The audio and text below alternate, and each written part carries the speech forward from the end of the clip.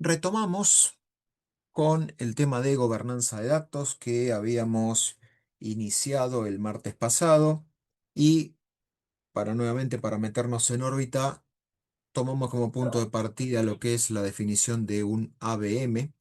Em, entonces, en función a esto es que nos toca nuevamente ahora enfocarnos en lo que corresponde a una parte técnica, pero que es muy importante para la gestión de los datos. Y esa gestión de los datos va a depender específicamente de entender cómo se clasifican los conjuntos de datos, nuevamente porque corresponde idealmente para la toma de decisiones el entender que la gestión de los datos, eventualmente buena o mala, va a ser la que me va a permitir o no tomar decisiones de mejor calidad con la información que esos sistemas nuevamente pudieran eventualmente llegar a eh, realizar. Entonces, recordemos que el CRUD, que es lo que corresponde técnicamente al inglés, es lo que en español llamamos coloquialmente el ABM, esto es altas, bajas, modificaciones y consultas, y que tema también nuevamente particular, tenemos que entender que en la parte del borrado no estamos haciendo referencia únicamente a lo que es el borrado de tipo físico, que eso ocurre en las profesiones de ciencias económicas y en los sistemas de gestión de las ciencias económicas, ocurre en ínfima cantidad de veces, pero que la mayoría de los borrados van a ser de tipo lógico. Ahora, para que quede claro, cuando hablamos del borrado físico estamos hablando de la eliminación permanente. Esto llevaría a pensar que un dato borrado físicamente en principio no podría ser recuperado. Estamos hablando de bases de datos. Por otra parte, como en los sistemas es necesario tener integridad referencial, en los sistemas es necesario que todo el conjunto de transacciones permita tomar decisiones con la totalidad de los datos, es que en algunos casos ciertos datos, en vez de ser borrados físicamente, son borrados lógicamente por medio de banderitas, checkboxes o lo que sea. Nuevamente, en un borrado físico el registro desaparece, en un borrado lógico lo único que hace es ese registro ser considerado inactivo.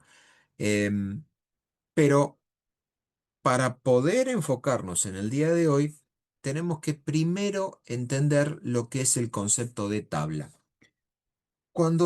Creo que fue casualmente el martes pasado, cuando estábamos hablando de los tipos de datos que la gobernanza de datos se incorpora y que hay datos que son estructurados, datos que son semiestructurados o datos que son desestructurados, hoy nos vamos a hacer foco en ese tipo de datos que son estructurados. Esto quiere decir que tengo un sistema de información con una determinada cantidad de datos y esa cantidad de datos respeta dos cosas particulares. Primero, para hablar de una base de datos tenemos que entender que no se trata de una base de datos totalmente desordenada, no se trata de una base de datos mezcla todo y guarda todo en cualquier lugar, sino que las bases de datos de los sistemas de gestión bajo lo que es el paraguas de las bases de datos que vamos a llamar relacionales, respetan que los datos se clasifican en tablas. Yo sé que esto que voy a mencionar no es muy alegre para la mayoría de los que están en esta sala. Esto es lo que ocurría cuando veíamos en álgebra los diagramas de Venn y decíamos que de alguna forma los datos tenían que estar, perdón, los valores estaban en diferentes conjuntos y que entre esos conjuntos se relacionaban por medio de propiedades. Y es así que seguramente en álgebra o del secundario o de matemática del CBC, seguramente hablaron de álgebra y las propiedades reflexivas y las propiedades espejo y etcétera varias que entre nos yo también me he olvidado bastante de eso, pero lo que ocurre es que cuando uno está hablando de datos en tecnología de información, la teoría subyacente es la llamada teoría de conjuntos, concretamente de un matemático, George Boole, un matemático inglés, y a todos estos conjuntos se los llama álgebra de Boole, pero que en tecnología de información, y esto es algo que todos ustedes utilizaron en una simple planilla de Excel poniendo filtros, cuando ustedes ponen filtros para que el Excel me muestre los datos que yo quiero de determinadas características, con determinado rango, con determinado color, con todo lo que la tecnología modernamente permite, bueno, esto cae bajo un concepto de lo que se llama lógica y álgebra booleana, que obviamente viene de este señor George Boole. Dicho todo esto, las bases de datos no son una cosa desordenada, amorfa, que crece en cualquier sentido, sino que se agrupan de acuerdo a los tipos de datos. La forma que se llama a estos conjuntos que contienen determinados datos es denominarlos tablas, porque es lo más fácil que el ser humano visualiza cuando piensa que uno piensa en una tabla en el sentido de que está dividido en filas y columnas. No quiero decir similar a la muestra de datos que me hace una planilla de cálculos como el Excel, pero, porque uno llega a pensar que el Excel es una base de datos y eso es error, no es una base de datos que puede funcionar con limitaciones, pero no es una base de datos, sino que se piensa que los datos van a estar organizados en filas y columnas. Y tiene dos restricciones particulares. Cuando yo establezco las columnas que va a tener esta determinada tabla, la restricción es que adentro de cada una de esas columnas va a grabarse y va a almacenarse el mismo tipo de datos. Ahora hago un ejemplo.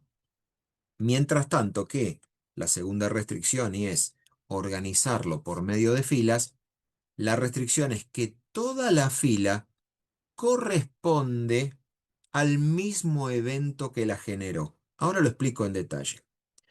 Vamos a un caso particular. La facultad, para poder saber quiénes forman parte de este curso, me pone a disposición a mí un archivo, una interfaz de formato CSV, me pone a disposición un archivo que tiene cuatro columnas.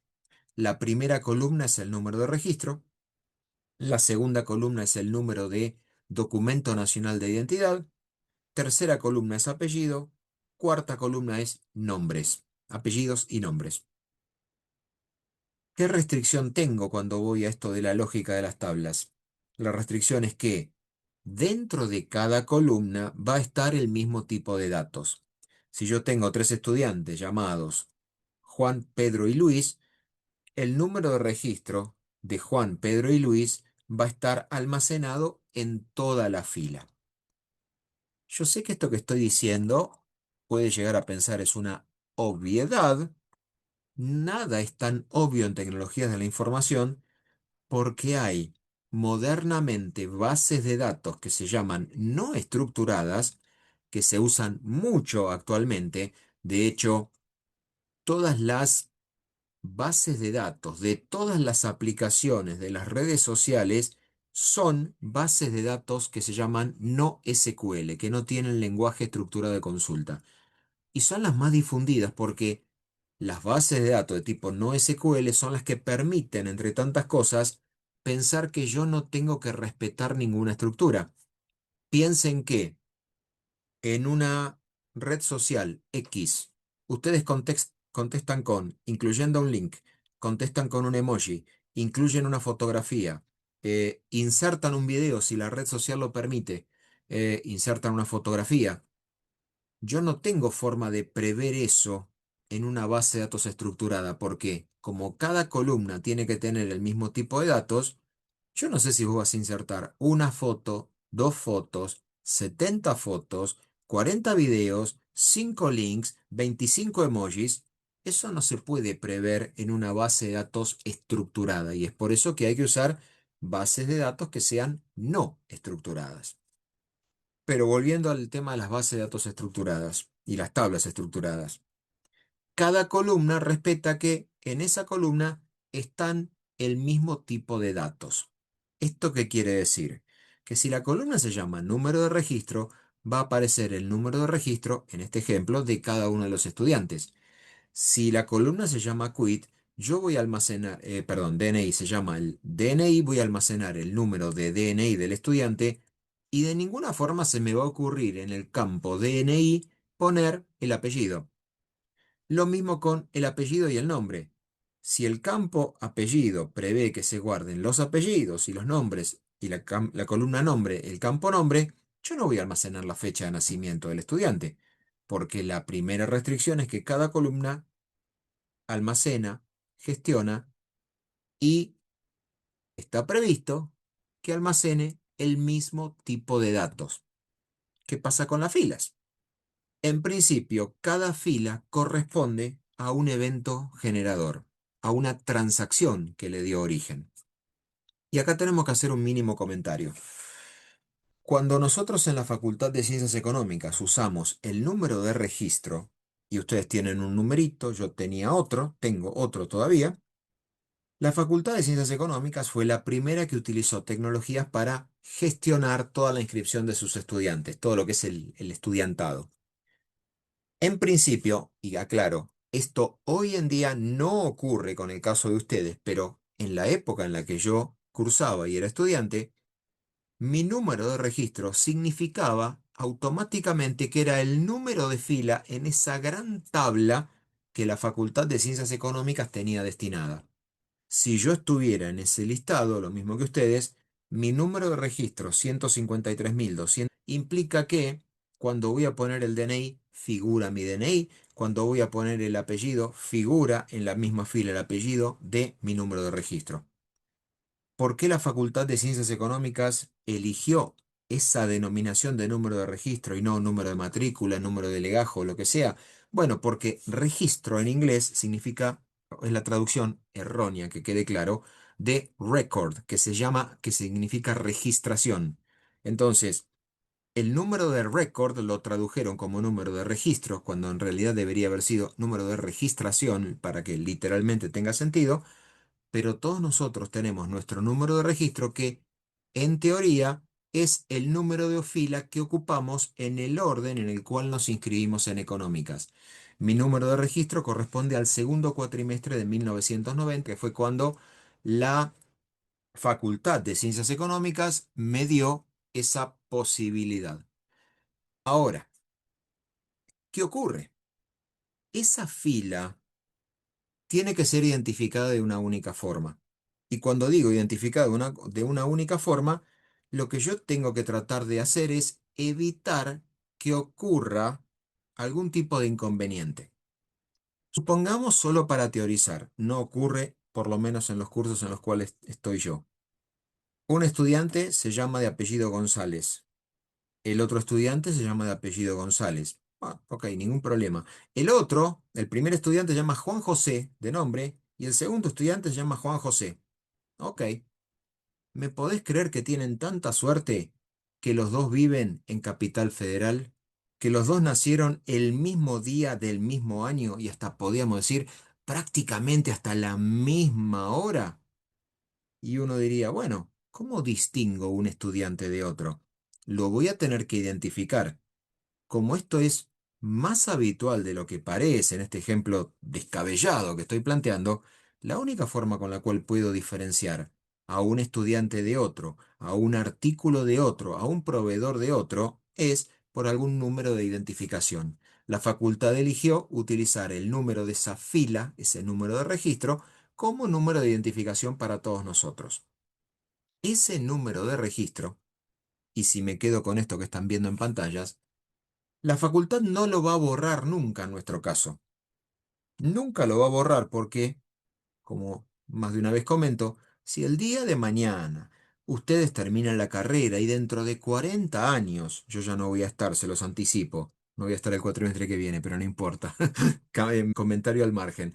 Eh, el, Dentro de 40 años, cuando quieran volver a cursar en la Facultad de Ciencias Económicas, porque con el tiempo se dieron cuenta que querían estudiar para ser actuarios o licenciados en economía, ustedes van a venir al departamento de alumnos de la Facultad de Ciencias Económicas, le van a decir, mire, yo soy un graduado de la casa, y como la facultad va a tener todos los datos de todos nosotros, lo único que te va a decir es, mira, yo no te di de baja, simplemente cuando dejaste de cursar por 2 años, no pediste inscribirte en otra carrera en ese lapso de 2 años, yo voy a asumir que vos te graduaste y nunca más vas a volver, pero cuando dentro de 40 años vuelvas, en ese retorno, lo único que va a hacer la Facultad de Ciencias Económicas es reactivar lo que había marcado como un borrado lógico. Esto significa que todos los datos van a seguir existiendo, pero que ahora se activan.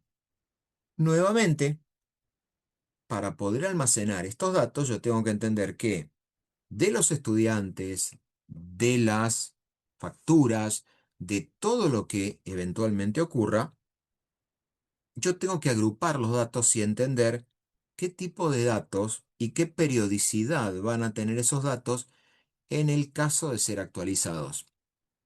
Y es por eso que surge este concepto de todos los datos van a corresponder, en este ejemplo que voy a plantear, a los estudiantes, pero hay datos que van a quedar, en principio, permanentes a lo largo del tiempo, no inalterables, pero permanentes a lo largo del tiempo, y hay otros datos que van a estar en permanente actualización. Y cuando digo permanente actualización, significa que a medida que ocurran eventos, esos eventos se van a tener que ir registrando dentro de un sistema. Analicemos lo que la facultad requiere almacenar de todos nosotros como estudiantes.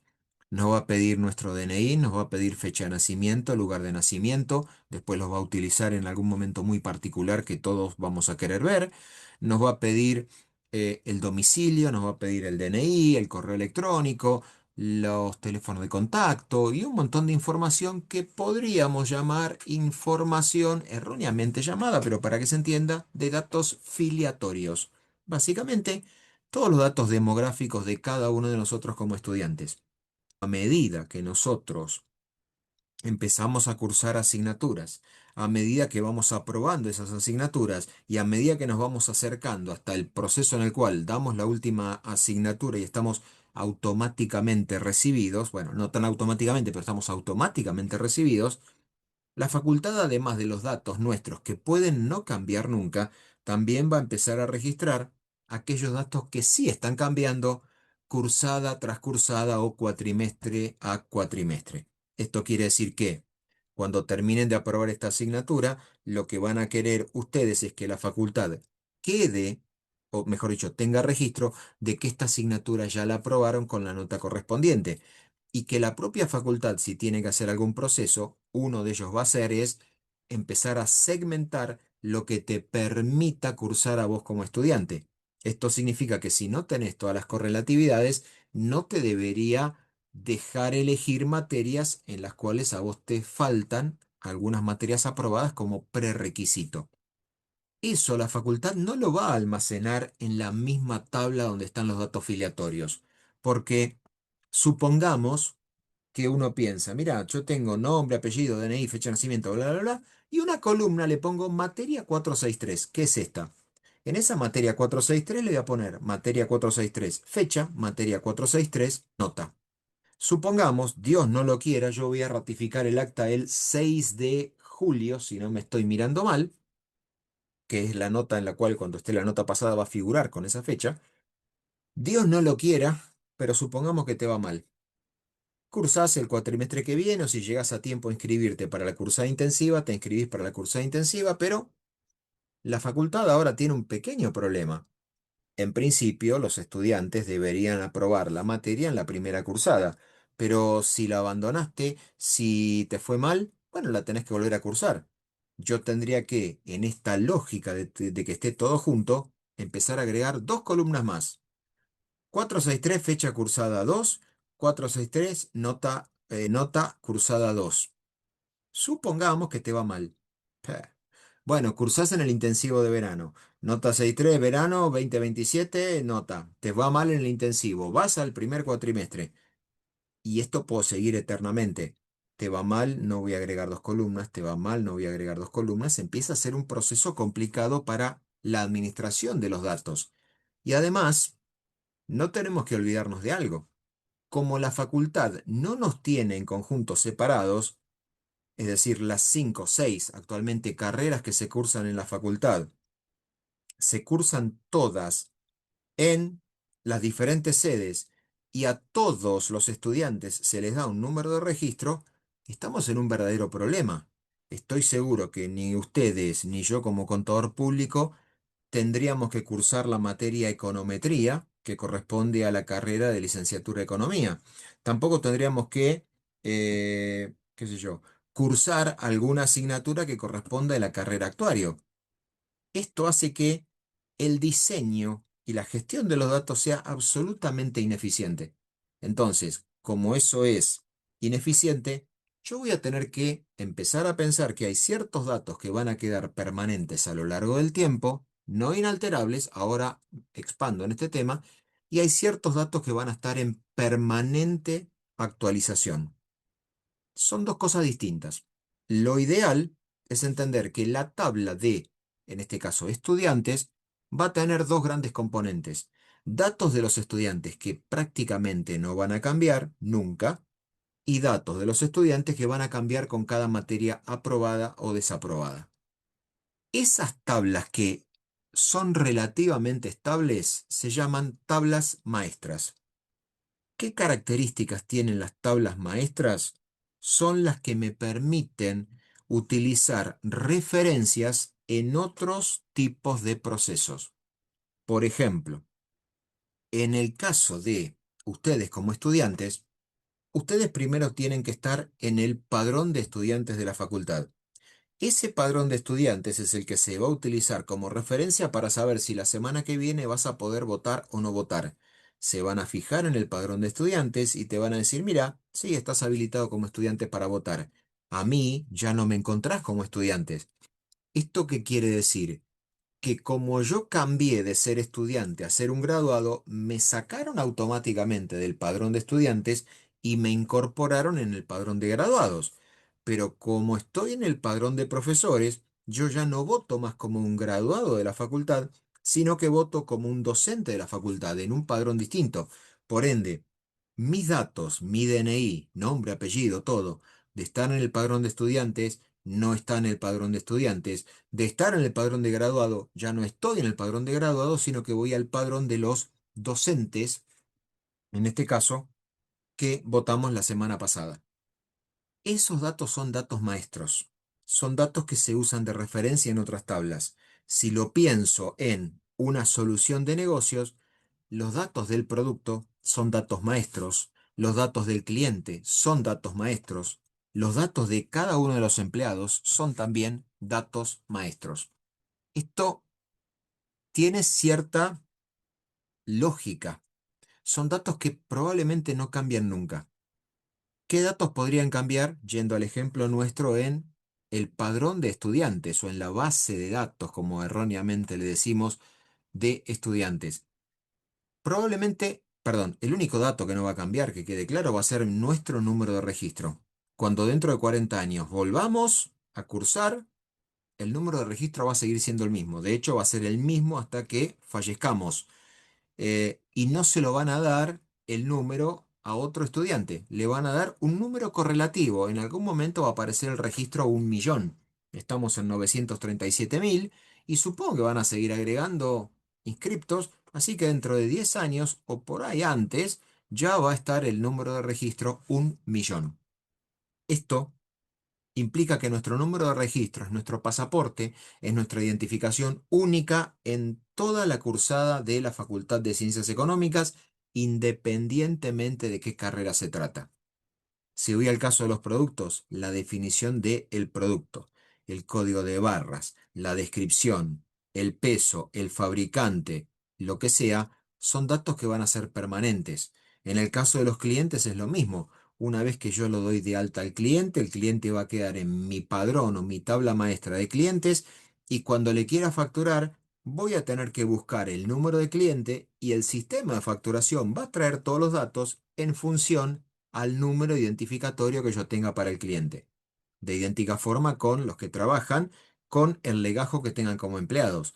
Independientemente de estás trabajando en esa empresa o te fuiste de esa empresa o te fueron de esa empresa, no viene al caso, pero tu número de legajo nunca más se va a volver a utilizar, porque si no, no tengo forma de saber qué empleado trabajó en mi organización o qué empleado no trabajó en mi organización. De buenísima fuente y en forma directa, que el número de legajo que tenía en el banco donde trabajaba, del cual me fui en el año 2009, y que el banco también se terminó yendo del país, en el resto de todos los sistemas de uso mundial, mi legajo a nivel mundial, el que tenía asignado, nunca lo dieron de baja. Es decir, está inactivo, pero siguen, si eventualmente colocan el número que me corresponde a mí, van a poder identificarme como empleado en alguno de los sistemas que este banco internacional tiene. Mientras que las tablas maestras son relativamente estables, ¿qué pasa con las transaccionales? Son las que registran los eventos, son las que registran las actividades del negocio y tienen una amplia y una actualización frecuente. Acuérdense que dentro de la definición de lo que es Big Data, cuando estamos hablando de las tres B corta, estamos hablando de que pueden llegar a tener un volumen importante. Bueno, una de las tres B corta del Big Data es el volumen y esto implica que cada volumen termina generando la existencia de una transacción. Asumo que transacción ya tenemos todo en claro que es un intercambio a nivel de tecnologías de información. ¿Qué implica esto? Implica que para, por ejemplo, para poder registrar las ventas, yo voy a tener que registrar el precio de venta, voy a tener que registrar la cantidad que estoy vendiendo o la forma de medición que corresponda, pero también voy a tener que registrar el código del artículo que estoy vendiendo porque el código del artículo únicamente es lo único que voy a necesitar para registrar la transacción, pero toda la identificación va a estar almacenada en el maestro o en la tabla de artículos. Los maestros también puede que los encuentren, de acuerdo a la literatura, puede que a estas cosas las llamen los catálogos. El catálogo de productos es una forma coloquial de decir, pásame una copia del catálogo de productos, está perfecto, pero en realidad, técnicamente, estoy buscando básicamente productos en una tabla maestra de productos para fijar conceptos y entender algunas diferencias y algo que tenemos que verificar hoy. Las tablas maestras tienen poca variabilidad. Vamos al ejemplo. El código de esta materia, la 463, recién se incorporó como una de las materias de la facultad el primer cuatrimestre del año 2025 con el cambio de plan. Obviamente aprobaron los programas, aprobaron los contenidos y demás, pero el código de la materia recién se asignó en el primer cuatrimestre del 2025 y recién pudo ser seleccionado por los estudiantes de la licenciatura en administración a partir de esa fecha. Si algún estudiante de licenciatura en administración cursó anteriormente la asignatura que era común para contadores, actuarios y licenciados, esa materia tiene un código distinto que es la materia 275. Esa materia 270, yo mismo cuando estudiaba para contador público no la aprobé con ese código porque me recibí antes del último gran cambio de planes y homologación de carrera. Yo la materia equivalente a la que están cursando ustedes, en mi época el código de la materia era el código 188 y se llamaba Sistemas de Información. Las tablas maestras son las que permiten saber que, por ejemplo, la materia 188 yo no la puedo dar de baja, ya no la cursa ninguna de las carreras de la facultad. Pero como no la puedo dar de baja, porque si no, por ejemplo, la facultad no sabe si yo la aprobé o no y la necesita tener en el analítico de en el caso mío y todos los que hayan aprobado esa materia, la facultad lo que dice es que esa materia quedó inactiva.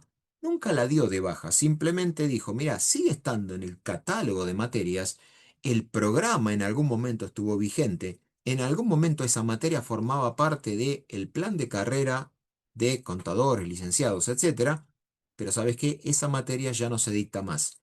De idéntica forma, la facultad la materia 275 quedó únicamente restringida para los estudiantes de contador público, pero ustedes ya no la pueden elegir más porque la materia quedó inhabilitada para esta carrera. Solamente le corresponde, si la quieren hacer en forma optativa, para licenciados en economía y, obviamente, troncal obligatoria de los contadores públicos. Mientras que la tabla maestra tiene poca variabilidad, las transacciones tienen alta variabilidad. ¿Esto qué quiere decir? Y por ejemplo, si la carrera de ustedes tiene 28 materias, estaba mirando dónde está el plan de carrera de ustedes, pero no lo tengo a mano. Si la carrera de ustedes tiene 28 materias, para que lo visualicemos, ustedes van a figurar una única vez en el maestro o en la tabla de estudiantes y van a figurar 28 veces en la tabla que almacena las materias aprobadas. Digo esto mínimo 28 veces, porque hasta que no aprobaste todas las materias de la carrera, técnicamente no te recibiste. Pero nada impide, esperemos que no ocurra mucho, que te vaya mal en muchas materias y las tengas que dar 2, 3, n cantidad de veces. Pero mínimamente, por cada estudiante, yo voy a tener 28 registraciones, cada uno con una materia distinta como mínimo. Mientras que las tablas maestras son la base de referencia, yo también tengo que entender que las transaccionales registran cada operatoria. Vos, y esto de vuelta, vos y digo cada uno de ustedes, va a estar muy preocupado en que como fecha máxima el 6 de julio, yo pase y ratifique el acta, porque una vez que yo ratifico el acta, a vos te figura esa materia como ¿cómo se llama? Ratificada, creo que le ponen el mensaje. Si entras en tu analítico de materias aprobadas, cada acta que el docente firmó, te va a aparecer la nota correspondiente, esperemos que esté bien, y te va a decir específicamente ratificada. Ahora, cuando yo cargue la materia, pero cargue el acta, quiero decir, a fin de cuatrimestre, y hasta que ustedes lo vean reflejado de esta forma, mientras que el acta esté cerrada, que es lo que tengo que hacer yo a través de la plataforma y después tengo que firmar en papel, hasta que yo no vaya y firme en papel, la nota te va a figurar nuevamente, pero va a decir pendiente de ratificación.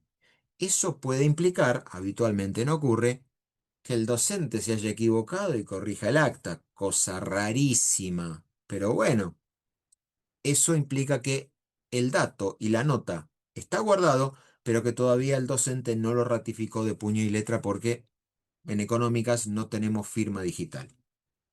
Y esto nos lleva a hablar de lo que comencé diciendo al día de hoy, en esto de las bases de datos relacionales. ¿Cómo hago para que una base de datos se una internamente cuando todos los componentes, tablas maestras y tablas transaccionales, están todas por separada? Entonces, necesito que se unan por medio de una clave. Si ustedes ven el DNI de algún familiar que en los últimos 3 años haya nacido, cuando giren el DNI van a ver que del otro lado del DNI, además del trámite, expediente, etcétera, va a figurar la CUIL, la clave única de identificación laboral. Y tengo que mencionar esto para que se entienda dónde viene un problema que todos tenemos, por lo menos en la forma en la que estamos identificados en Argentina. El problema es el siguiente. Históricamente, los hombres que prestaban servicio militar obligatorio tenían la llamada libreta de enrolamiento. Las mujeres recién empezaron a tener una identificación numérica, que quede claro, numérica, a partir del año 52, cuando se sancionó el voto femenino. Y a las mujeres que estaban habilitadas para votar por temas de edad, se les emitía una libreta cívica. ¿Cuál es el problema que hubo en todo esto? Los números de DNI, perdón, los números de libreta de enrolamiento eran todos correlativos, los números de libreta cívica también eran todos correlativos. En vez de preguntar, che, ¿por qué número vas? Y yo sumo uno y empiezo a emitir a partir de ahí, las libretas de enrolamiento habían comenzado a numerarse del número uno en adelante, las libretas cívicas comenzaron a numerarse del número uno en adelante. En el año 68 se sanciona la ley del Documento Nacional de Identidad. El Documento Nacional de Identidad único, dice la ley específicamente, que intentaba solucionar el problema de que los números se repetían. Había números de libretas cívicas que eran exactamente igual al número de alguna libreta de enrolamiento y numéricamente se encontraban iguales y ambas personas estaban vivas. Entonces, yo no sabía cuando buscaba por número si tenía que buscar una libreta de enrolamiento o una libreta cívica. Esto parece lejano, pero sepan que cada vez que van a votar, tenés que buscarte en el padrón o masculino o en el padrón femenino.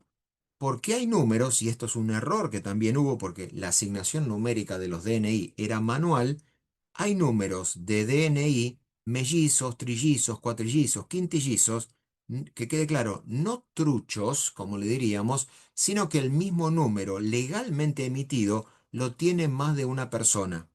Entonces, hay cinco o seis personas que tienen el mismo DNI, con el mismo número. Se llaman distintos, son personas distintas, pero por error en la asignación tienen números idénticos.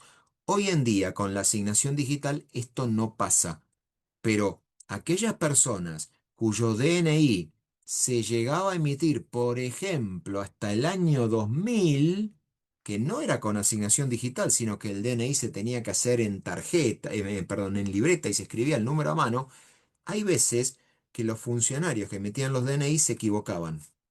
Bueno, ese problema que uno dice, bueno, es una cosa menor, saber en qué padrón se tiene que buscar para saber en qué mesa vota cuando llega la época de las elecciones, no se solucionó con el DNI del año 68 y es así que tomaron una definición, y esto lo pueden ver.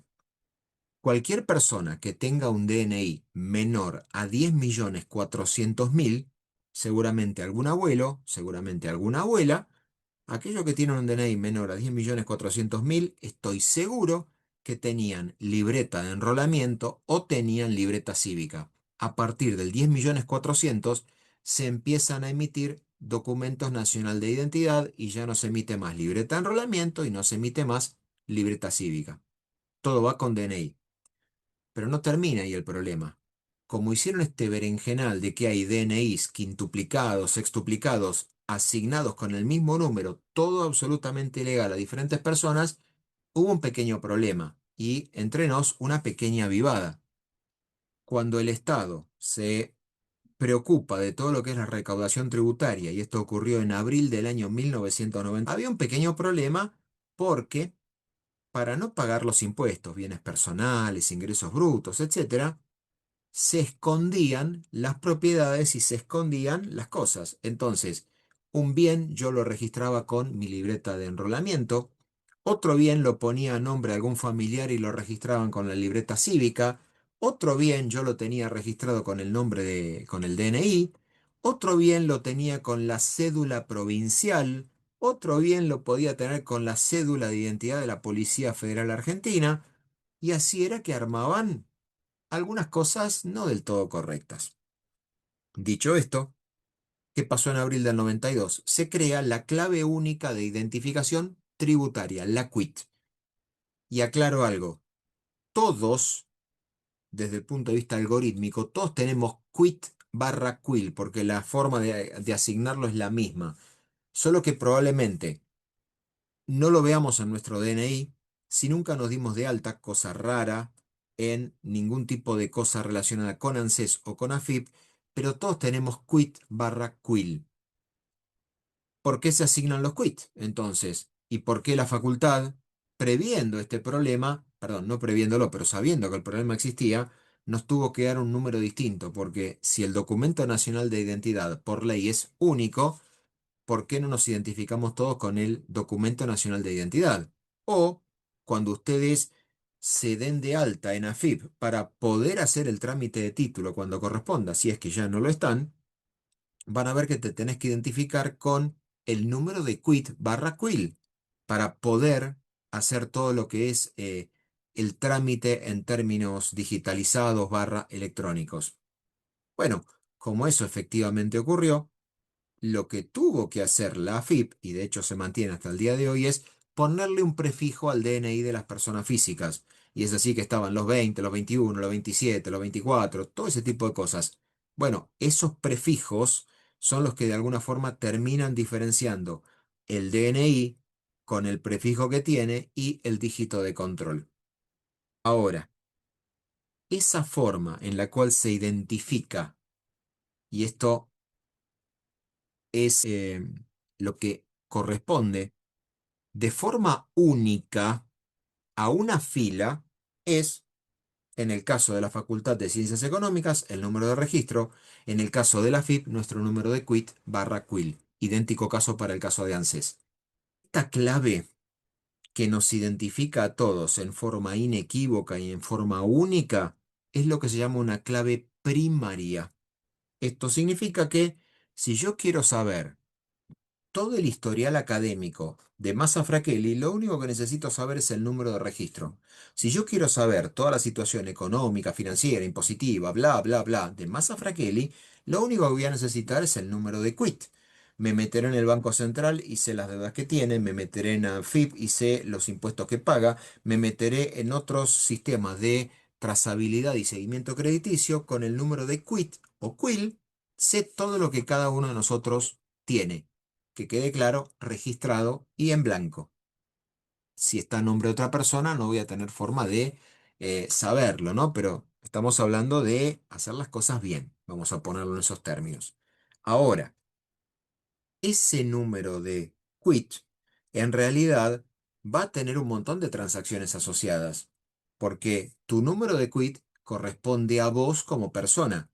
Ahora, si tenés una propiedad, tenés un automotor, tenés una motocicleta, vamos a pensar en grande, tenés un pequeño yate de 55 metros de largo, tenés un avión privado y tenés casas en un montón de lugares, bueno, cada propiedad va a ser una transacción que va a estar indicando que esa propiedad corresponde a un dueño, en este caso, ustedes con el número de quit correspondiente. Si vamos al caso de nuestra facultad, la clave primaria del código de la materia es único. La materia es la 463. Fíjense cuando vayan a ver su eh, programación en los gráficos que les da cualquiera de las agrupaciones de todo lo que es el plan de carrera, en este caso de licenciados en administración, a vos te va a decir que esta materia es la 463. Pero en ningún lugar te está obligando a que curses en determinado curso, en determinado cuatrimestre, en determinada modalidad. Y de hecho, al final del camino, cuando estés recibido, es irrelevante saber por qué modalidad aprobaste.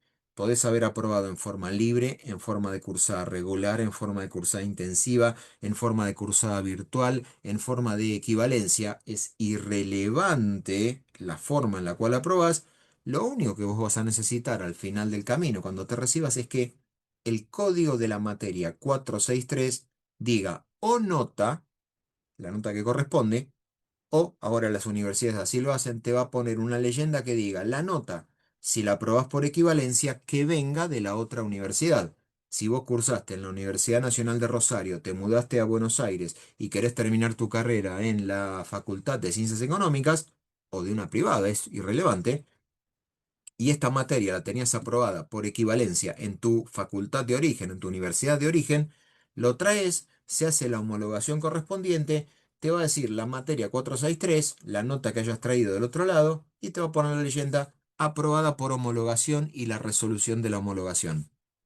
Ahora, en el resto de los casos, no interesa en qué modalidad cursaste. No te va a aparecer en el analítico de materias aprobadas en qué curso cursaste. Ustedes están en la 463 de periodo 1, año 2026. Periodo 1 porque la facultad divide primer semestre, segundo semestre.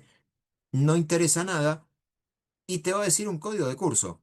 Ese código de curso del periodo 1, en este caso el 2026, que vas a terminar aprobando, esperemos, ese código de curso después no va a figurar en ninguna parte. Porque nuevamente, el dato es importante ahora, cuando estás inscribiéndote, ahora cuando estás cursando, ahora cuando pase el acta final ratificada, y es importante hasta el momento en el cual el departamento de alumnos verifique que el acta corresponde con lo que está cargado en el sistema. Una vez que eso termina, en ningún lugar va a figurar que cursaste en el curso 07, en ningún lugar te va a decir quién fue el docente y en ningún lugar va a dejar establecido cuál es la modalidad, porque sea la modalidad que sea, la materia está aprobada. No interesa si es regular, intensivo, libre o equivalencia. La materia está, o virtual, llamémosle, en este caso con modalidad híbrida. Em, la materia está aprobada. Al final del camino, las 28 materias que están, cuando estén aprobadas, van a hacer que seas licenciado en administración. Así de simple es esto en este punto. Pero ¿qué ocurre? En el mientras tanto, yo necesito dejar registrado cada transacción. Cuando voy a dejar registrado cada transacción, o supongamos cuando tome el presentismo, te va a decir que estás en el curso 46307, 17 de abril, y te va a aparecer el presente o no presente, y vas a poder entrar en tus datos particulares y ver, porque eso yo ya lo tengo habilitado, creo que ya lo pueden haber, deben haber visto seguramente ustedes, si te pasé el presente o no te pasé el presente. No hay mucha vuelta ni mucha posibilidad de innovar en esto. Mientras que estás en un curso, en un determinado cuatrimestre, en un determinado año, internamente la transacción registra un montón de información adicional. Por ejemplo, la materia 463 de cursada presencial, llamémosle, está dividida, si no me equivoco, en 11 cursos. Creo que hay 11 cursos entre todas las sedes. Esos 11 cursos es la única forma en la cual yo identifico a un estudiante que cursa la materia en determinado curso. Cuando termine este cuatrimestre, todos los estudiantes, comillas, ya no están más en este curso porque el cuatrimestre terminó, y el cuatrimestre que viene, cuando empiece la cursada con el curso correspondiente, le van a asignar un código de curso a cada uno de los nuevos estudiantes que va a ser, probablemente este número vuelva a estar utilizado 46307 y puede que ese número en realidad corresponda a otro docente. Entonces, lo más probable es que en esto de tener datos que no van a estar cambiando muy seguido respecto de los datos que van a tener altísima probabilidad de estar actualizados, los voy a tener que relacionar. ¿Y cómo los relaciono? Bueno, por medio de las claves. La clave primaria para encontrar el código de curso, la clave primaria para encontrar al estudiante, y cuando yo me meta, y es de hecho es lo que está haciendo el sistema cuando ustedes entran en Miecon, cada vez que ustedes se identifican con el número de documento y la contraseña, internamente está asociado que tu DNI tiene un número de registro y ese número de registro te trae todas las materias que vos ves, por ejemplo, en el analítico de materias. Eso ocurre por medio de las relaciones y esas relaciones se establecen por medio de las claves. Nuevamente, concepto de tablas. Pero hay que entender, y yo solo de las dos que están acá voy a mencionar una ahora y hay otra que la vamos a ver en la segunda parte de la cursada, que hay ciertas tablas que no son ni de transacciones ni tablas maestras. Son tablas de parámetros o de configuración que se utilizan en las demás, pero son de parámetros o de configuración. No son tablas maestras, simplemente son tablas en las cuales en la técnica se le llama esto tablas de búsqueda. ¿Por qué? Porque son valores que están utilizados dentro del sistema para ajustarlos. Por ejemplo, si yo me voy a dar de alta a un cliente, al cliente lo voy a meter los datos del cliente en la tabla maestra. Pero hay datos que el cliente me va a decir y que yo no los voy a meter en la tabla maestra, simplemente los voy a referenciar en una tabla de parámetros o de configuración. Ejemplo. Si el cliente se llama Gobernanza de Datos Sociedad Anónima, yo le voy a pedir el número de quit de gobernanza de datos, la razón social de gobernanza de datos, le voy a pedir el domicilio de gobernanza de datos Sociedad Anónima y todo eso va a ir a parar al maestro de clientes, a la tabla maestra de clientes. Ahora, voy a tener que asignarle ciertos valores para saber quién es ese cliente. Y la primera cosa que voy a preguntar es, ¿me das tu constancia de quit? Acá la tenés. Y en la constancia de quit me voy a enterar si es un cliente responsable inscripto, me voy a enterar si es un consumidor final, me voy a enterar si es un exento, si es un no alcanzado, si es un monotributista o si es un responsable del exterior. Eso no va a cambiar nunca porque al día de hoy esas son las posibilidades de asignarle la situación impositiva frente al valor agregado. Entonces, eso no va a cambiar nunca, no es un maestro, es una configuración donde yo voy a dar de alta al cliente y decir, ok, ¿qué sos responsable inscripto? Listo, elijo responsable inscripto. Por ejemplo, cuando yo paso ausente, presente, la forma en la cual está diseñado mi econ, que es ampliamente ineficiente en esa parte, me obliga a mí a que yo esté eligiendo permanentemente de una tabla de configuración ausente-presente. Yo no le puedo poner un valor que no esté predefinido, porque esos son los valores de configuración predefinidos. Entonces, otra de las cosas que voy a tener que elegir es en qué jurisdicción impositivamente te registro. Y la persona o este cliente lo voy a tener que registrar en las 23 provincias o en la Ciudad Autónoma de Buenos Aires. No puedo registrarlo en ningún otro lugar a los efectos impositivos argentinos, porque necesariamente va a tener que ser, básicamente, residente de alguna de las 24 jurisdicciones, así que no lo puedo elegir. No puedo poner un campo libre para decirle que está viviendo en otro lugar o en una provincia que no existe, o si bien el barrio es de agronomía, a toda esa zona le gusta llamar a la gente Argentino Juniors que la sede de agronomía está dentro de la República de la Paternal. No existe la República de la Paternal. O vivís en la Ciudad Autónoma de Buenos Aires, jurisdicción de Ciudad Autónoma de Buenos Aires, o el resto de los 48 barrios que hay en la Ciudad de Buenos Aires están bajo este paraguas de la Ciudad Autónoma de Buenos Aires. De idéntica forma con el tema de los tipos de cambio. De idéntica forma con las condiciones de venta. Esto es algo que van a parametrizar ustedes. Mira, ¿sabés qué? Quiero vender todos estos tipos de productos de línea blanca y ofertárselos a los clientes para que los clientes se los puedan llevar y en vez de que la condición sea pagar a 15 días fecha de factura, se lo podemos dar en una condición que significa 30, 60, 90. O sea que me pague la tercera parte a 30 días, la segunda parte a 60 días y la tercera parte a 90 días para facilitar. Bueno, esa configuración de las formas de venta es algo que alguien desde el punto de vista de la administración va a tener que decidir y alguien desde el punto de vista técnico probablemente lo tenga que ingresar dentro de algún sistema de información. El otro tipo de tablas es, o mejor dicho, no, son las tablas de auditoría o de log. Lo voy a retomar, solamente lo explico para que se entienda ahora, lo voy a retomar en la segunda parte, pero en las tablas o pistas de auditoría queda un registro automático de todo lo que ocurrió adentro de un sistema.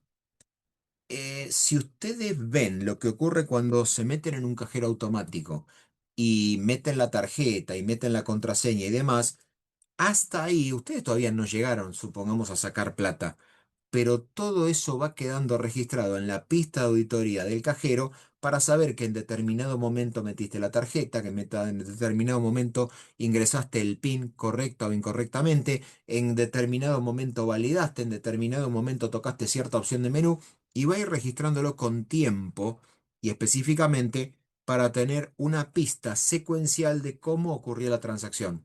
Si vos el día de mañana decís, mira, el cajero no me dio la plata que me dio, bueno, va a tener que quedar la pista donde se demuestre que vos pediste plata y que el cajero de alguna forma no logró emitírtelo. Bueno, ese tipo de cosas son las que van en las tablas de auditoría, pero no abundo más hoy porque lo vamos a retomar en la segunda parte de la cursada. ¿Por qué nos interesa? Y de todo lo que está acá. Primero porque facilita la organización del sistema. Si yo tengo los datos bien organizados, voy a poder tomar decisiones de mejor calidad. Nuevamente, hasta el hartazgo, lo voy a repetir, no significa mejores decisiones, significa decisiones de mejor calidad. Y nada más que eso. Además, cuanto más esté estructurado un sistema de información, más eficiente es en cuanto a rendimiento de consultas y de reportes. Si está todo bien configurado y están las cosas como corresponden, hay integridad referencial. Todo lo que está acá, si bien, nuevamente, como lo menciono por acá, es un tema de técnicos, es un tema técnico, afecta a quienes toman decisiones con los datos. Básicamente ustedes. Esto va a implicar que es necesario entender lo que pasa a nivel técnico con el sistema, pero es necesario también entender que la buena o mala decisión con los datos que están almacenados en los sistemas nos afectan a nosotros que habitualmente tomamos decisiones con esos datos. Finalmente, bueno, base de datos centralizada, descentralizada y distribuida, quiero creer que nos acordamos de las definiciones que hay, pero en principio, para ir hacia la última transparencia, por lo menos de esta presentación que está acá, hay un problema de riesgos y hay un problema de desafíos. Ambos son paralelos. El primero de ellos es, Habitualmente, y por lo que venimos charlando, hablamos de la integración de los sistemas de información, de que tener un sistema centralizado implica tener un repositorio funcionalmente centralizado y que esa posibilidad de tener todo centralizado simplifica el proceso de trabajo. Es muy lindo pensarlo en esos términos. La gran mayoría de las organizaciones entendieron esto, pero hay veces que los datos, por más que yo quiera, no están integrados o no tengo las tecnologías o la plata para invertir en este tipo de cosas. Y es por eso que aparece este concepto que es el silo de datos. El silo de datos es un conjunto de datos que no se comparte y que no interactúa con los demás datos de la organización. Es muy probable que muchas organizaciones, en vez de usar el sistema compartido por todos, alguien en algún área decida que para él es mucho más eficiente tenerlo todo en una planillita de Excel o tenerlo todo en un sistemita aparte o eventualmente tenerlo todo en alguna libretita, anotado en algún cuadernito o algo por el estilo. Bueno, eso lo que termina haciendo es que lo que esté en un sistema de información no se relacione con las distintas áreas de la organización y cuando no hay relacionamiento, empiezan a aparecer estas lagunas de falta de información, de falta de interacción y principalmente datos que no se entienden dónde se tienen que verificar. Por eso es que tenemos que entender, y esto de vuelta, nunca está de más reiterarlo, que es un tema estratégico para la organización, entender que yo necesito gobernar los datos, necesito como idea de esta organización establecer cómo se van a manejar los datos.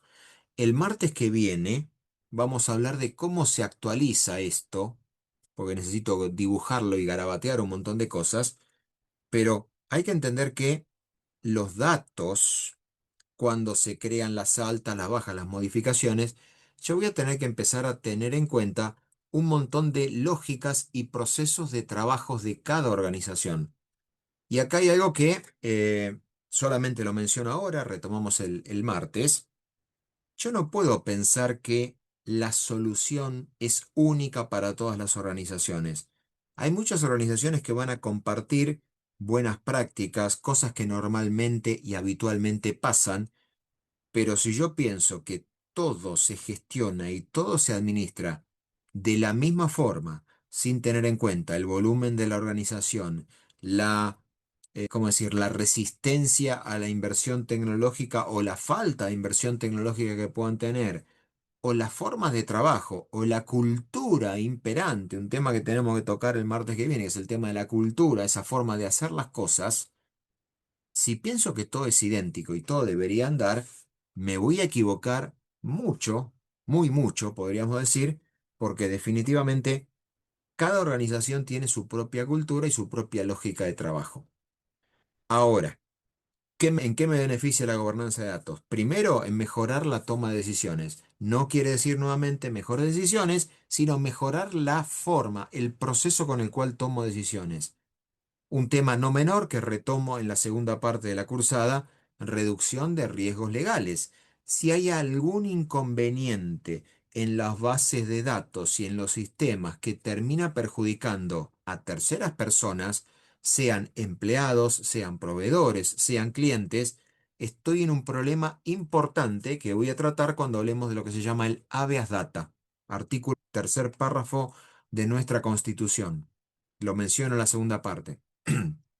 Además, también, si las cosas están bien gestionadas dentro de un sistema, voy a tener mayor eficiencia operativa. Y finalmente, parece lejano, parece, ¿cómo decir?, una fantasía en un determinado punto, pero si yo no tengo ordenados los datos, me tengo que sacar de la cabeza aquello que hace referencia a la transformación de los negocios. Si recordamos, creo que fue o la primera o la segunda clase que nos vimos, hablamos de cómo las organizaciones pasaban de procesos manuales a procesos automáticos. Con los procesos automáticos, o básicamente que esté digitalizado, puedo empezar a pensar en la gestión de la información. Y una vez que puedo pensar en la gestión de la información y esta forma en la cual está todo digitalizado y obtengo información, recién a partir de ahí puedo empezar a transformar digitalmente o transformar los negocios de mi organización. Pero si yo no tengo en claro cómo voy a gestionar los datos desde la cosa más trivial, cómo se registra algo, cómo se almacena algo, cómo se consulta algo, básicamente una VM de datos, si yo no tengo bien definido desde el vamos una VM de datos, olvidémonos de pensar que mi organización puede estar alcanzando nuevos procesos de transformación o generando nuevos modelos o nuevos escenarios para el desarrollo futuro de la organización o la toma de decisiones. Parece lejano, pero depende todo de cosas triviales. Si no tengo bien gestionados los datos desde el arranque, no puedo pensar en crear cosas ni procesos ni alcanzar mercados nuevos. La transformación no existe como tal. Esto, y acá de vuelta, yo puedo entender que eh, por la carrera que tienen, muchos de ustedes pueden no ser eh, felices o pueden no ser o no confiar mucho en el uso de las tecnologías a nivel organización, que quede claro. Eh, pero hay una cosa de la cual no van a poder escapar, y esto lo digo con la mayor sinceridad que esto se pueda expresar y espero que se tome así. Puede que dentro de 20 años lo que estamos viendo hoy sea totalmente obsoleto. Lo que ustedes van a ver dentro de 20 años respecto a lo que estoy explicando yo en este momento sea totalmente obsoleto. Puede que incluso odien el contenido de pensar que tengo que gestionar las organizaciones con tecnologías y con nuevos modelos de negocio y con inteligencia artificial y con chiquicientas cosas. Pero hay algo que se va a esperar de los licenciados en administración. Dos cosas. Cosa uno, que administren. Hello es la carrera, así que se espera que ustedes administren. Que lo hagan bien o que lo hagan mal, que sean eficientes, que sean ineficientes, que sean rápidos, que sean lentos, que tomen decisiones impulsivas o decisiones racionalizadas. Es todo pajarito de colores, pero se va a esperar que los licenciados en administración administren. Ahora, por más que muchas de las cosas que hacen referencia a la tecnología de la información, son absolutamente técnicas y van a requerir de un conocimiento especializado que van a tener o los ingenieros o los licenciados en sistemas o los tecnócratas, llamémosle así, pero hay algo que ustedes no van a poder evitar. Y es que desde el directorio de la empresa donde estés o desde la pyme donde estés, te pidan opinión. Y te van a pedir opinión y te van a decir, recomendame qué hago. Vayamos a algo trivial. De vuelta a un ejemplo. Si yo te digo, recomendame qué lapicera compro. ¿Esta lapicera Bic o esta lapicera marca Fligo de tinta líquida? Y vos me vas a tener que empezar a preguntar funcionalmente para qué la quiero.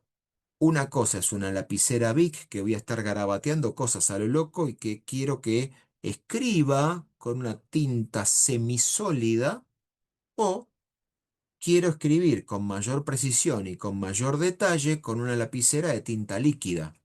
Entonces, de acuerdo al resultado o para el motivo en el cual yo la quiera utilizar, me vas a decir, no, comprate la Bic o comprate tal otra, o esta de lapicera de tinta líquida. Y ahora también van a empezar a surgir un montón de cosas que en la tecnología vuelven a estar sobre la mesa. Y es, me vas a preguntar, ¿cuánto sale la lapicera Bic? No sé, 600 pesos. Y la otra, 1800. O sea que supongamos teóricamente que ambas lapiceras duraran lo mismo en cuanto a la cantidad de cosas que podés escribir, y sabemos que no es así. Por la de tinta líquida pagas 3 veces el valor de una de tinta semisólida. Ahora, como no duran lo mismo, tenés que empezar a hacer preguntas. Bueno, ¿cuánto tiempo pensás que esto se use? Tal cosa. Entonces, en ese análisis, vos no sos nuevamente un experto en lapiceras. Si me decís que trabajo en Polichila o alguna de esas empresas que venden lapicera, bueno, te lo puedo entender, pero no sos un experto en lapiceras. Y si el día de mañana te dicen, che, ¿en dónde me conviene hacer mi campaña de marketing? Y vos me vas a decir, no, no, ponelo en Instagram y ponelo en TikTok. Y el otro me va a decir, no, tu público es el que mira video de YouTube, así que ponelo en YouTube o ponelo en todas las plataformas. Vos no vas a ser un experto técnico en entender el CPM que vas a estar gastando en cada uno de los canales, pero probablemente vas a tener que hacer una recomendación y como parte de tu formación vas a tener que decidir qué recomendar.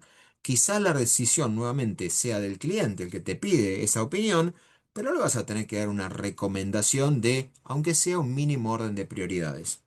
Si te piden elegir una camioneta para reemplazar la camioneta que tenés de reparto en la pyme, y vas a analizar cuánto cuesta comprar una Ducato, cuánto cuesta comprar una Fiorino, cuánto cuesta una Partner, cuánto cuesta una, lo que sea, todas las marcas que estén dando vueltas por ahí, y vas a tener que hacer algún tipo de recomendación.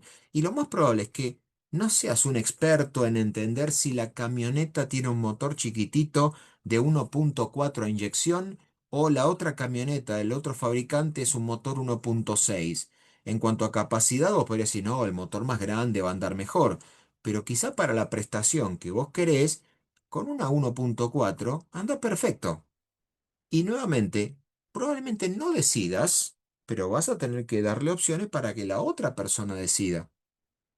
Con la tecnología, estamos además en un problema adicional. Para hablar de tecnología, tengo que entender, y cuando quiero hablar de sistemas de información y tecnologías que se supone, axiomáticamente, que son mejores cuando yo las incorporo porque me hacen, perdón, son mejores, me hacen mejor a mí como organización al incorporarlas, en principio, toda tecnología bien aplicada en organización siempre, comillas, es beneficiosa.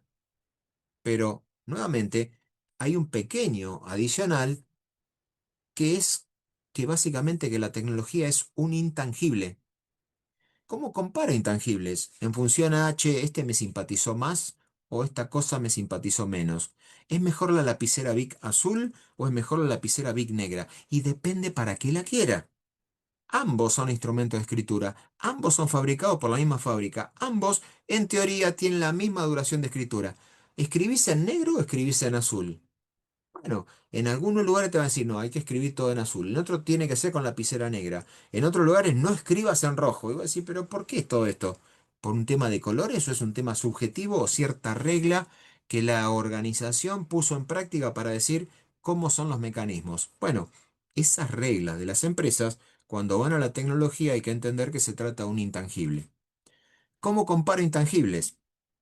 La tecnología, y solamente menciono esto ahora porque cuando hablemos de incorporar tecnología vamos a hablar de los casos de negocio, los business case, la tecnología, al ser un intangible, en principio se incorpora por medio de una figura contractual, es decir, un contrato en el cual yo, empresa, contrato los servicios y los desarrollos y la tecnología de la marca X, y esa marca X me ofrece determinada tecnología, hardware, software, todo lo que eso implique, y establecemos un contrato.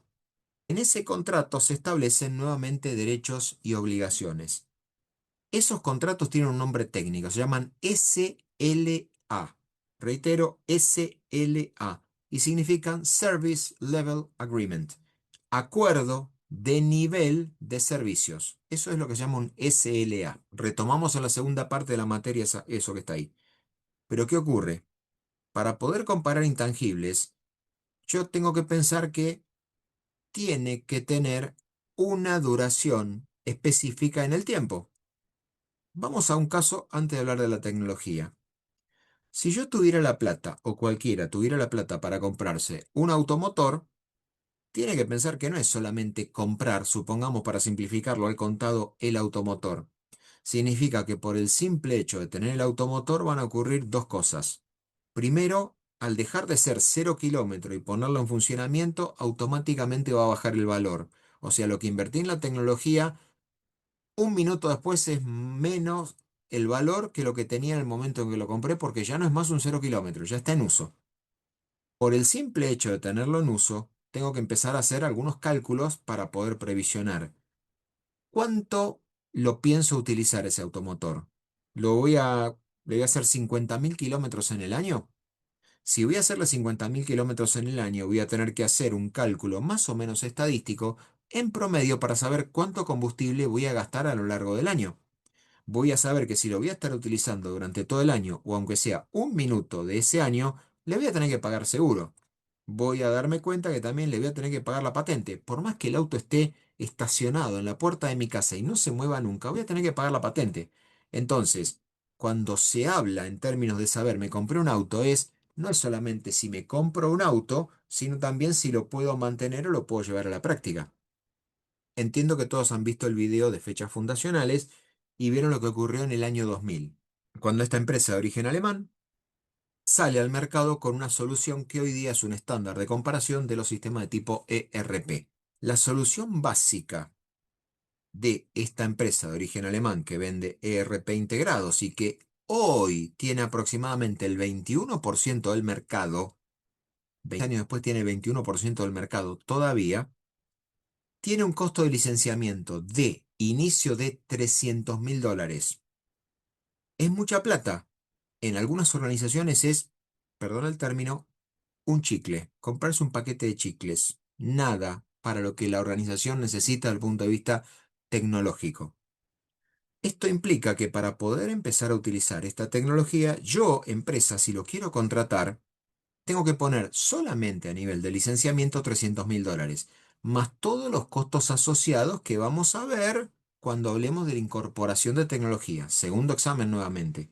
Bueno, esa forma de poder considerar dentro de un lapso de tiempo todos los costos directos, todos los costos indirectos, todas las inversiones, todo el mantenimiento, toda la inversión en la reposición y capacitación permanente del recurso humano destinado al uso de determinada tecnología, tiene una denominación que es TCO, que la tienen acá, y fue desarrollada por una consultora que se llama Gartner, que es esta que figura acá. Esta consultora Gartner es una consultora que analiza y da servicios en el rubro de las tecnologías de información. Cuando vayan a Capital Humano, seguramente le van a mencionar a la consultora Mercer, que está pensada en todo lo que es el análisis de estructuras, compensaciones, beneficios. Cuando vayan a comercialización, seguramente van a mencionar un montón de consultoras, pero una de las consultoras de un profe que actualmente da en posgrado en la facultad, que es Fernando Moyer, van a ser mencionados casi seguro para analizar todo lo que es el análisis del consumidor. Habitualmente con cada, ¿cómo decir? Con cada situación económica, con cada cambio económico, habitualmente publica, y lo pueden seguir en LinkedIn, publica un montón de papers relacionados con el análisis del consumidor. Bueno, cada disciplina tiene una consultora o muchas consultoras, no una, tienen muchas consultoras que dan información de diferentes aspectos del mercado. Esta consultora, Gartner, desarrolló un modelo que se llama el TCO, que es el costo total de propiedad. Lo que intenta hacer es poder resumir en un único importe, en un único valor, resumir, identificar, mediar y gestionar todos los costos directos e indirectos del uso de la tecnología. ¿Esto qué quiere decir? Voy al ejemplo del auto. Si me compro el auto, voy a tener el costo del desembolso. Supongamos 30 millones de pesos, un 0 kilómetro, bien baratito, 30, 32, no sé cuánto está. ¿Es un auto eléctrico o es un motor a combustión? Bueno, si es un auto eléctrico o es un motor híbrido, voy a tener determinado esquema de costos. Si tengo un motor de combustión interna, voy a tener otro. El otro tema adicional es, mira, el tanque tiene un rendimiento de X cantidad de kilómetros por cada litro de combustible. ¿Cuántos kilómetros le pienso hacer? Y voy a tener que hacer una regla de tres simple para poder entender más o menos cuánto voy a gastar. Al final de ese cálculo, si yo digo, ese automotor, perdón, cambio de automotor, esa camioneta que quiero utilizar, comprar 0 kilómetros para que sea la camioneta de reparto de mi pyme, yo tengo diferentes oferentes en el mercado y entiendo que esa camioneta va a tener una utilidad de más o menos 5 años. ¿Cuánto pienso en ese lapso de 5 años? ¿Cuánto me estaría costando para tomar una decisión hoy? Porque de vuelta, de acuerdo a los esquemas que cada fabricante de automotor te venda, te va a dar diferentes esquemas del mantenimiento gratis por los primeros 100.000 kilómetros o los 3 años de antigüedad, etcétera, etcétera. Entonces, ustedes, ni yo particularmente, no soy ningún experto en automotores, pero cuando necesito evaluar y tomar decisiones, necesito poder tener algo que sea común. Eso común de saber cuánto cuesta el proyecto o el costo total de apropiarse de la propiedad de este proyecto se llama TCO. ¿Qué implica esto? Implica entender los costos que son directos, que están presupuestados, que son directos en el área de sistemas.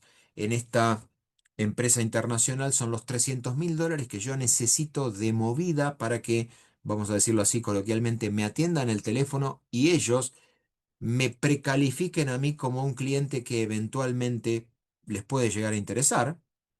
Ustedes también el día de mañana van a precalificar a sus propios clientes, no van a trabajar con todos los clientes porque hay un concepto que van a ver a lo largo de toda su carrera que es el famoso embudo de ventas. Yo voy a tener masivamente un montón de potenciales clientes, pero ¿cuántos clientes van a llegar hasta el final de ese embudo y van a ser clientes míos con los cuales yo eventualmente quiera trabajar y maximizar beneficios en forma mutua? Bueno, no van a ser todos los clientes que masivamente voy a tener. Pero también, además de los costos directos, voy a tener aquellos que son indirectos, que seguramente no van a estar presupuestados, que van a ser los más difíciles de medir, pero que voy a tener que incorporar para saber cuánto va a costar este proyecto. Adicionalmente, hay cosas que puedo saber. ¿Cuánto voy a gastar de hardware y software? Lo puedo saber. Sé que me quiero comprar, supongamos, una impresora 3D porque quiero hacer cosas. Ok, el costo de la impresora está listo. ¿Cuántas piezas plásticas querés realizar? ¿Cuánta energía va a consumir esa impresora? ¿Cuánto mantenimiento le vas a dar? Porque a medida que la utilices muy seguido, la máquina se va a empezar a descalibrar. De idéntica forma con el caso del celular. En el caso del celular, bueno, en algún momento será obsoleto, pero tengo que empezar a pensar que el celular va a perder valor y que en algún momento lo voy a tener que cambiar, con lo cual no es solamente el costo de invertir en el bien, sino el costo también de que ese bien va a ir perdiendo valor y que eventualmente lo voy a tener que reemplazar. Por ende, la camioneta de reparto, el teléfono celular o la tecnología correspondiente, voy a tener que ir haciendo algún tipo de previsión y voy a tener que ir pensando que voy a tener que reservar algo para eventualmente reemplazarlo. Uno, en las decisiones individuales, me robaron el celular, se me rompió el celular, bueno, si no puedo comprar otro o no me pueden prestar otro, me quedaré sin celular hasta que lo pueda reponer. Pero esto es prácticamente imposible pensar que voy a poder seguir sin tener tecnología. Entonces, voy a tener hardware y software, eso está más que claro. Voy a necesitar mano de obra. ¿Cuánta gente necesito para operar? Y acá vuelvo a mencionar el tema del Full Time Equivalent, del FTE. Esto implica, en definitiva, entender con qué capacidad voy a estar funcionando. ¿Voy a necesitar soporte? El sistema requiere que yo contrate personal que me dé soporte, que me dé mantenimiento propio o mantenimiento tercerizado. Una cosa es no contratar ningún tipo de mantenimiento y cuando se rompe lo llevo a reparar, y otra cosa es tener algún tipo de mantenimiento, algún tipo de seguridad o algún tipo de, no sé, gestión de la tecnología. Quizá lo puedo pensar en algún aparato, algún electrodoméstico que cuando se rompió lo llevo a que lo reparen. Pero hay muchas de las cosas de los electrodomésticos que se rompen que yo podría, y aclaro, no lo hago, pero yo podría hacerle algún tipo de verificación a ver si funciona bien.